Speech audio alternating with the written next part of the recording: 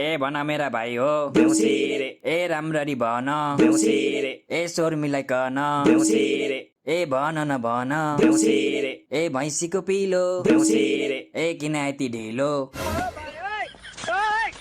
के भयो किन देउसी रे नभनेको साले आउन नपाई किन यति ढिलो भन्छस् यसरी भट्टाएर त 20 रुपैयाँ नि पाइन्न छोड म भट्टाउँछु ल ल सरी सरी अब मजाले भट्टाउँछु प्रमिस ए छानामाथि घिरौला देउसी रे ए के दिन्छौ हेरौला देउसी रे ए आक्कुम बाक्कुम देउसी रे ए सेलरोटी चाक्कुम देउसी रे ए बन्दुकको गोली देउसी रे ए भाइ टिका भोली देउसी रे ए यो घर कत्रो देउसी रे ए सिंहदरबार जत्रो देउसी रे ए यो आँगन बाबु तिमीलाई साँच्चै लाग्छ यो घर सिंहदरबार जत्रो छ भनेर ल आन्टी के कुरा गर्नु भएको सिंहदरबार भन्दा ठुलो छ नि तपाईको घर अबे साले हो र बाबु सिंहदरबार देख्या छौ तिमीले कत्रो छ देख्या छु नि आन्टी हिजो भर्खर देखेको यत्रो सानो रहेछ मेरो मुट्ठी भन्दा सानो मुट्ठी भन्दा सानो हन कहाँ देखे हो त्यति सानो सिंहदरबार टिभीमा देखेको नि आन्टी हिजो बाबाले समाचार हेर्दा देखाउनु भएको थियो यत्रै रहेछ त्यो भन्दा ठुलो त यसकै छ उसको के बाबु भनिदेऊ आन्टीलाई के भन्छस् तैँले देखा छस् र मेरो लौ अस्ति भर्खर देखाएको होइन तैँले हामीलाई कहिले देखाएँ मैले धेरै जेपिटी नबोले ओइ अस्ति यसको नयाँ फुटबल हामीलाई देखाएको हो कि न भन् त हो देखाएको हो ए फुटबलको कुरा गरेको हो फुटबल त देखाएको मैले तैँले चाहिँ के सोचिस् मैले त ब्याट सोचिरहेको थिएँ यार तँसँग ब्याट छ र छ नि सुरिलो ब्याट छ योसँग हेर्छस् के हेर्ने कुरा भइरहेछ त्यहाँ म पनि हेर्छु नि हैट आन्टी हुन्न तपाईँ अङ्कलकै हेर्नु बाबा मेरो मतलब भित्र गएर अङ्कललाई हेर्नु न बिरामी पो हुनुहुन्छ कि कसले भनेको म बिरामी छु भनेर म जस्तो हेल्दी कोही छैन यो संसारमा हो रहेछ पेट देखेरै थाहा भयो अङ्कल तपाईँलाई एउटा कुरा सोधौँ के कुरा तपाईँको 6 प्याक छ कि 8 प्याक देखिनस् यत्रो फ्यामिली प्याक तिमीहरू देउसी खेल्न आएको कि मेरो प्याक हेर्न आएको देउसी खेल्ने भए खेल नत्र जाऊ आफ्नो घर ए झिलिमिली झिलिमिली देउसी रे ए केकको झिलिमिली देउसी रे ए बत्तीको झिलिमिली देउसी रे ए फुलको झिलिमिली देउसी रे ए स्टिलको चम्ची देउसी रे ए अङ्कल आन्टीलाई सम्झी देउसी रे ए आएका हामी देउसी रे ए देउसी रे खेल्न देउसी रे ए बारीमा ओखर देउसी रे ए हाम्रो साथी जोकर देउसी रे ए बारीमा अदुवा देउसी रे ए अङ्कल आन्टी पदुवा देउसी रे ए बारीमा मुला देउसी रे ए अङ्कलको के भयो अझ के भयो भन्छस् तैँले के भन्न लाथिस् भर्खर के भन्न लाथे र बारीमा मुला अङ्कलको चुला त भन्न लाथे नि मैले ए चुला पो मैले त अरू नै बुझिरहेको थिएँ त आज भोलि धेरै बुझ्दैछस् तँलाई खसी नपारी भएको छैन कसलाई खसी पार्नु पर्ने हो म पारिदिउँ औजार छ मसँग पर्दैन अङ्कल आफ्नो औजार आफैसँग राख्नुहोस् आन्टीलाई काम लाग्छ ह्या के डबल मिनिङ कुरा गरिरा दक्षिणा माग्न अङ्कल आन्टीलाई अब जानुपर्छ के अङ्कल आन्टी हामीलाई दक्षिणा दिनु न अब हामी जाने यति छिटो दक्षिणा त्यही नि यस्तो जे पाए त्यही भट्टाएर दक्षिणा पाइन्छ अलि राम्ररी भट्टाव खोइ छोड म भट्टाउँछु अब ए खोर्सानी पिरो देउसी रे ए हाम्रो अङ्कल हिरो देउसी रे ए अफिसको ड्युटी देउसी रे ए हाम्रो आन्टी ब्युटी देउसी रे ए बारीमा बोडी देउसी रे ए कति राम्रो जोडी देउसी रे ए मलाई आयो ज्वरो देउसी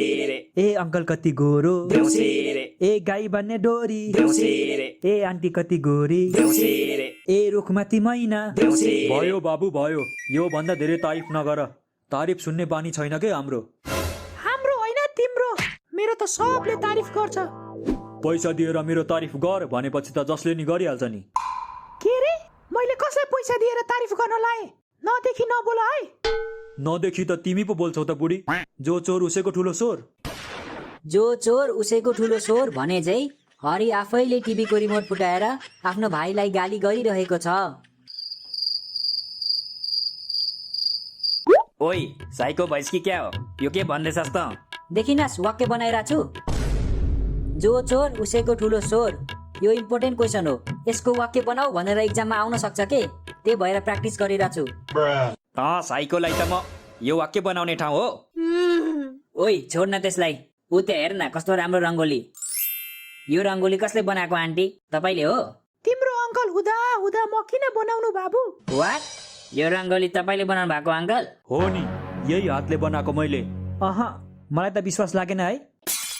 किन बाबु, छोरा मान्छेले चाहिँ रङ्गोली बनाउन सक्दैन र? सक्न त सक्छ कि आन्टी, तर अङ्कलले चाहिँ कसरी सक्नुभयो के? रङ्गोली बनाउँदा पेटले डिस्टर्ब गरेन अङ्कललाई? पेट हेर्दा त बस्न पनि गाह्रो हुन्छ जस्तो छ। झन् अङ्कलले झुकेर रङ्गोली कसरी बनाउनु भयो होला? यसरी बनाई, यसरी यसरी यसरी यसरी। चित्त बुझ्यो अब? तैट अङ्कल, यो के गर्नु भएको तपाईँले?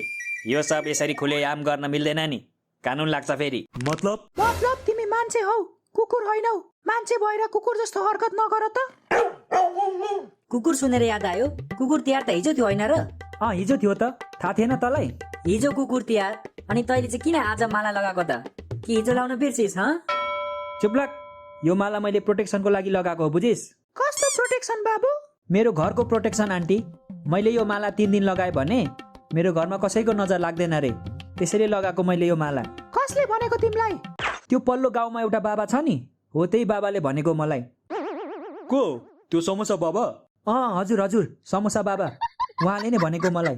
ए, त्यो बाबाले त तिमीलाई पनि ठग्न भ्याएछ। कसरी अङ्कल? म भन्छु कसरी। तिमी किन भन्छौ? मैले कुरा स्टार्ट गरेको होइन, म भन्छु नि। फेरि भन त, कसले स्टार्ट गरेको रे? बाबुलाई प्रोटेक्सनको बारेमा कसले सोधेको? त्यो छोड्देऊ न, समोसा बाबाको कुरा कसले झिकेको? त्यस्तो कुरा गर्ने भए त बाहिर सुरुमा को निस्केको? रङ्गोली कसले बनाएको? मासु कसले बनाएको? यो झिलिमिली बत्ती कसले लगाएको?